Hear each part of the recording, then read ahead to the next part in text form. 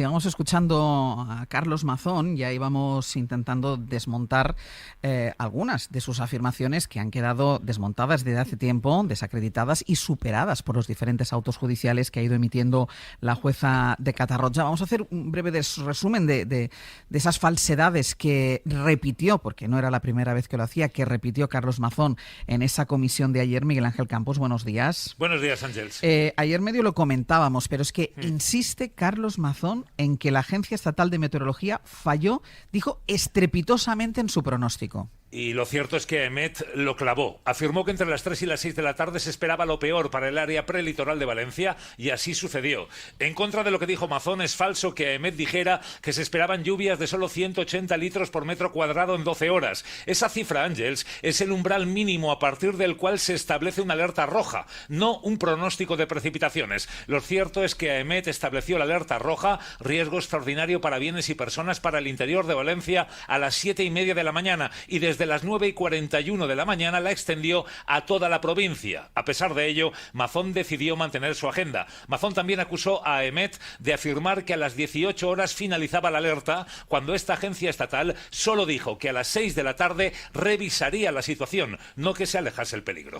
Otra mentira, porque insistió en la teoría del apagón informativo y en repartir responsabilidades entre todas las instituciones. Bulo totalmente superado por la instrucción judicial. La jueza de Catarroja ha afirmado en una decisión respaldada por los 6 jueces de la Audiencia de Valencia que la Generalitat tenía información más que sobrada. Constan no solo correos electrónicos y avisos de la Confederación entre las 16:37 y las 18:34 sobre el Barranco del Pollo, sino que el CECOPI disponía del Sistema Automático de Información Hidrológica de la Confederación, una plataforma web que ofreció información real cada 5 minutos sobre pluviometría y caudales en el Barranco del Pollo. La jueza ha llegado a escribir que es completamente absurda la contumaz insistencia en atribuir responsabilidad a la CHJ o a Aemet o incluso a la delegada del Gobierno. El único apagón informativo real fue el decretado dentro del CECOPI. Todo, Ángels, literal. Por ello, tanto la jueza como los magistrados de la audiencia han descartado los reiterados intentos de imputar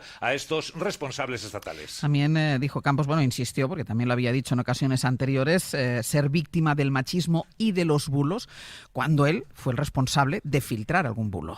Su gobierno filtró a los medios de comunicación al menos 2 grabaciones sesgadas para atribuir a otros la responsabilidad de la catástrofe. En primer lugar, una conversación entre la responsable de emergencias y otra de Aemet para desacreditar a Meteorología, dando a entender que ésta restaba importancia a la situación. El audio completo certificó que esto era falso. En una segunda grabación, la Generalitat trató de atribuir la falta de información al presidente de la Confederación Hidrográfica del Júcar, Miguel Polo. El audio completo desmontó la estrategia del gobierno valenciano. Siguió sin aclarar qué hizo en aquella hora crítica, porque él lo de los tiempos no lo lleva bien. ¿Qué pasó entre las 7 y casi las 8 de la tarde? Respondió con evasivas. Hasta ahora habíamos asistido, Ángels, a una decena de versiones sobre qué pasó en esa hora de silencio, pero para el Congreso, Mazón se reservó una nueva versión. Dijo que si no cogió el teléfono a la consellera responsable de emergencias, Salomé Pradas, a las 19:10 y a las 19:36 de la tarde, fue porque tal vez llevara el móvil en la mochila. El móvil en la mochila en el tiempo más crítico de la catástrofe, con el CECOPI reunido, con insistentes llamadas previas, estas sí, contestadas por Mazón toda la tarde y cuando ya habían desplegado a la UME en Utiel. Por cierto, que dice Mazón que tal vez no oyera aquellas llamadas de Pradas a las 19:10 y 19:36 por llevar el teléfono en la mochila, pero según el último auto de la jueza, esto es falso porque no fueron llamadas perdidas, sino canceladas, rechazadas por el propio Mazón. Y dijo al menos también Campos en 4 ocasiones que la comisión había vetado la comparecencia de algunas víctimas, pero también en esta declaración hacía trampa. Se refiere Mazón a la portavoz de la Asociación Unión del Pueblo 29, Yolanda Garrido, única expulsada del procedimiento judicial por la jueza de Catarroja por alinearse con los postulados de la defensa del número 2 de emergencias, el imputado Emilio Argueso, y por tanto abandonar las funciones para las que fue admitida su personación como acusación particular. Además, es autora de teorías estrafalarias sobre la Dana. Dice que fue causada por rituales satánicos, literal, y que la avalancha de agua en el Pollo se produjo por la apertura de las presas cuando cuando no hay embalses en el Pollo.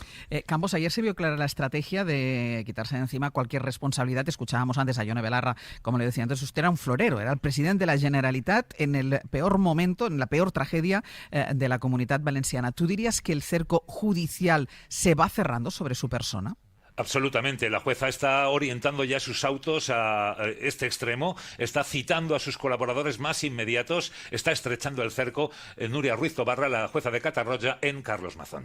De las mentiras que ayer dijo Mazón en sede parlamentaria, pero hay una que llama especialmente la atención al resto de grupos parlamentarios, excepto a Vox y el Partido Popular, evidentemente, que es cuando, respondiendo a preguntas del diputado de Sumar, dijo que hasta las 5 de la mañana del día siguiente, de la Dana, no supieron que había muertos. Josué Coello, buenos días. ¿Qué tal, Ángeles? Buenos días de nuevo. Y esta es una afirmación, Josu, que choca incluso con las declaraciones que hizo el propio Mazón la noche de la Dana, que salió mucho antes a confirmar que había muertos, sin precisar el número, pero ya habló de que había fallecidos por la riada. Y como en su declaración de ayer tenía la obligación de decir la verdad, hoy hay grupos que están estudiando si llevan a Mazón ante la justicia por falso testimonio. Sí, es una opción que los grupos parlamentarios están planteando porque nos dicen Mazón llenó su comparecencia de mentiras. Mentiras como las que acaba de desmontar Miguel Ángel Campos, pero también mentiras como las que hacen referencia a la hora a la que Mazón supo que ya había fallecidos. Él mismo se contradijo en las horas. Hace un año, en la noche del 28 al 29 de octubre, a las 12:35 de la noche, Mazón dijo esto. Podemos confirmaros ya que hay cuerpos sin vida, que ya se han hallado. Por respeto a las familias, ahora mismo no vamos a dar más datos, así que les tenemos que trasladar un mensaje de calma, que sabemos que es difícil. Y ayer dijo en 2 ocasiones que solo supo que había fallecidos bien entrada la madrugada o bien dijo a las 5 de la mañana. ¿Usted a las 19:43 no sabía que había gente ahogándose? Hasta las 5 de la mañana del día siguiente. ¿Usted puede ratificar aquí, en serio? No Mire, hubo... ¿sabe qué dice el sumario de la jueza de Catarroja? Que de las 7 a las 8 murieron la mayoría de personas. Pues bien, según nos dicen los grupos, y cito a Ángeles textualmente, una mentira así de flagrante, pero no la única, es motivo suficiente para ir a los tribunales. Fuentes de PSOE, Sumar, Compromís, Podemos y Esquerra nos han confirmado que estudian llevarlo ante los tribunales por falso testimonio. Y es que, Ángeles, no será porque Mazón no estuvo advertido. Cuando uno se sienta en una comisión de investigación, antes de empezar, lo primero que te dicen es esto. Queden salvaguardados el respeto a la intimidad y el honor de las personas, el secreto profesional, la cláusula de conciencia y los demás derechos constitucionales. Le recuerdo igualmente la obligación contenida en el artículo 502.3 del Código Penal de no faltar a la verdad en su testimonio. Se lo recordaba a la presidenta de la comisión, Carmen Martínez. El Código Penal, en su artículo 502.3, prevé penas de prisión de entre 6 meses a 1 año o multas de 12 a 24 meses para quien falte a la verdad en una comisión de investigación. Josu, gracias. A vosotros. No se puede faltar a la verdad en una comisión de investigación. Hemos comprobado que mintió Mazón. Le repitieron prácticamente todos los portavoces de todos los grupos políticos: no me mienta, no mienta, no me mienta. Fue la coletilla que usaron prácticamente todos. Y es verdad que había mucha expectación ante la comisión de ayer porque el formato obligaba a dar más explicaciones que las que había dado hasta ahora, sobre todo sobre lo que hacía en ese tiempo que está desaparecido Carlos Mazón, y finalmente se volvió a agarrar, Ignacio, a lo mismo. Primero, en atacar a todo el mundo, a eximirse él de cualquier responsabilidad, siendo el presidente de la Generalitat, bueno, y cuando no mentir y cambiar de versión, porque ayer conocimos una nueva versión de lo que pasó a la salida del Ventorro. Hay una clara contradicción en todo lo que dice Mazón, que es, por un lado dice que es inocente y por otro lado dice que dimite. Entonces dices, bueno, ¿y usted por qué ha dimitido si todo lo que hizo estuvo estupendamente? Y su único error, según él, es haber mantenido la agenda durante el martes cuando había la alerta roja. Bueno, la agenda estaba cancelada. Ese martes por la tarde no había ninguna agenda, como demuestra había comida en el Ventorro. Como demuestra el hecho de que mandase a casa a los escoltas y se dedicase en fin, a lo que no se tenía que dedicar, que era estar pendiente de cualquier cosa menos de la emergencia más grave de Valencia en muchísimo tiempo.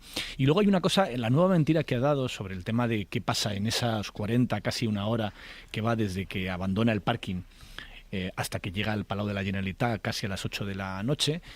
Y estaba dando un paseo, dice. Estaba dando un paseo un poco peculiar, porque es que te pones a triangular cuál es la distancia entre el Ventorro, el parking y el Palau de la Generalitat, y todo el trayecto no dura apenas 12 minutos.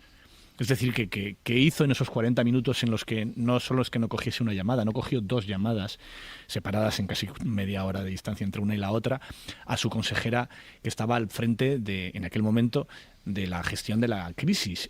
Es bastante llamativo esto que dice de lo tenía el teléfono en la mochila, primero porque no es verdad. El problema no es que estuviese en la mochila. Si se canceló la llamada es que lo tenía en la mano, lo canceló él, o bien lo tenía en modo silencio. Pero es que había una versión anterior que había dicho que en ese trayecto de vuelta a la Generalitat él estaba consultando el teléfono y mandando WhatsApps. Esto lo había dicho él. Cada vez va dando una versión distinta y se va enredando en un montón de mentiras, porque sigue sin aclarar la parte más básica, que es qué ocurre desde las 7 menos cuarto que sale del Ventorro hasta casi de las 8 de la noche que llega al Palau de la Generalitat cambiado, con el jersey amarillo famoso. Y no ha dado ninguna explicación porque es que, en fin, no la puede dar sin dejar en evidencia que lleva mintiendo desde el primer momento. Hablábamos antes de los bulos que ha lanzado Mazón. Uno de los primeros fue decir que estaba comiendo con el presidente de la patronal valenciana. Es decir, que ya estuvo intentando distintas mentiras antes y ha ido liándose con las horas a las que aparecía, con las que llegaba. Había llegado al CECOPI pasadas las 7 y luego, en fin, era bastante más tarde. Todo ese tipo de mentiras al final demuestran que Mazón no se tomó en serio esa alerta en ningún momento del día. Que esto que explicó por la mañana a sus consejeros de que exagerados en la universidad cuando habían cancelado las clases era su manera de pensar, que siguió diciéndolo después a las 3 de la tarde, un poquito antes de las 3 de la tarde, cuando se reunió con los representantes de la patronal y los sindicatos, que les dijo también que, en fin, que eran unos exagerados por haber puesto en riesgo el puente y las inversiones turísticas en la zona al decir que hacía mal tiempo cuando era una gota fría más. Ayer habló otra vez de una gota fría más. Estamos acostumbrados. Estamos acostumbradísimos, por lo que se ve. Y, en fin, yo creo que esta, que es la última comparecencia pública de Mazón como presidente de la Generalitat, muy probablemente, no va a ser la última vez que tenga que dar explicaciones sobre esto, porque la siguiente vez lo tendrá que decir ante un juez. Mariola, ante una jueza. Mariola. A mí se me acaban las palabras para describir y analizar tanto bochorno. El bochorno no es lo que ocurrió ayer solo en la comisión de investigación, sino es el bochorno que lleva acompañando a este señor desde hace 2 años, ¿no? 1 año, perdón.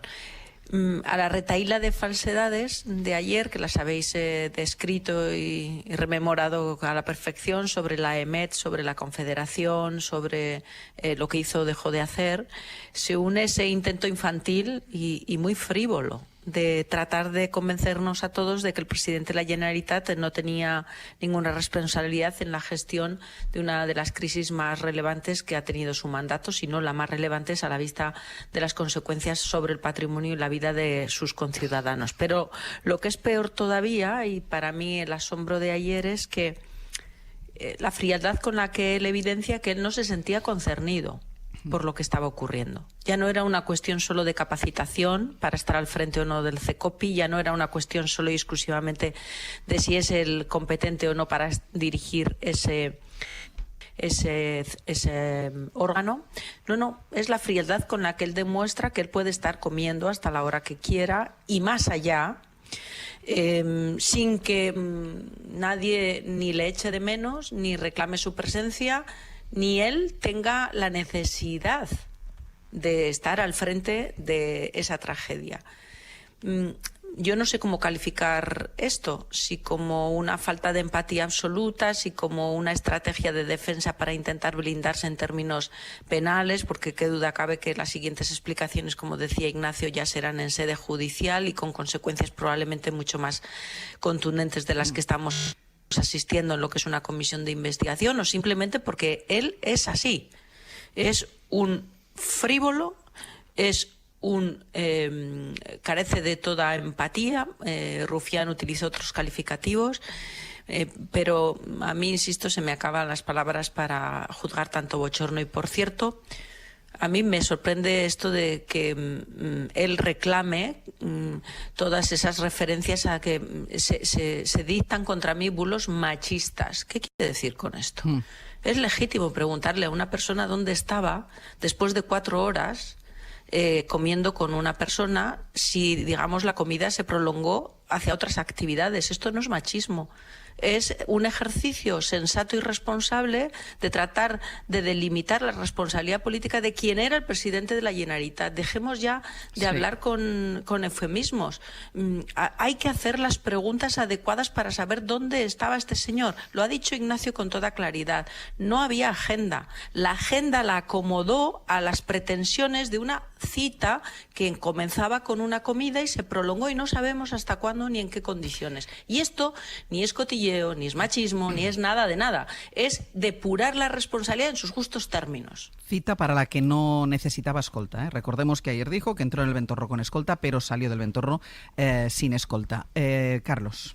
Sí, allí asistimos a un verdadero papelón, ¿no? Este señor pues no tiene credibilidad ninguna, no ha hecho más que cambiar de versiones y mentir de forma palmaria desde la tragedia, ha dimitido demasiado tarde y hace tiempo que lo hemos comentado en este abierto, que todavía el presidente valenciano lo que hace es trazar su estrategia de cara al Poder Judicial, de cara al juez.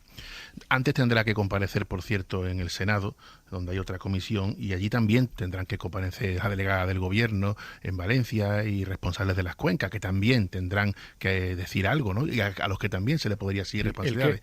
Mazón voy a terminar, Ignacio, con tu permiso. Vale. Mazón es el primer responsable, es el rostro de la tragedia, pero otras personas también tendrán que dar explicaciones. Lo de ayer fue impresentable, lo del teléfono en la mochila, la orden dada a los escoltas, que deja entrever muchas cosas, ¿no? Las dudas, los nervios, y por supuesto decir que él no tenía que enviar la carta, pues es una falta de respeto absoluta hacia unas víctimas que merecen el máximo respeto, la máxima dignidad, y también yo creo que es necesario decir que algunos portavoces no estuvieron a la altura. Yo creo que se debe ser muy duro, porque ha habido 229 muertos, si no me equivoco en la cifra, sin tener que perder las formas como se perdieron. En algunos casos se empleó un tono especialmente acerado, eso del homicida, se sacó a Herodes, descalificativos directos. Yo creo que otra forma de interrogar, de escrutar y de fiscalizar es posible. Pero claro, es que el primero que pierde las formas es él, que aunque lo diga de manera pausada, miente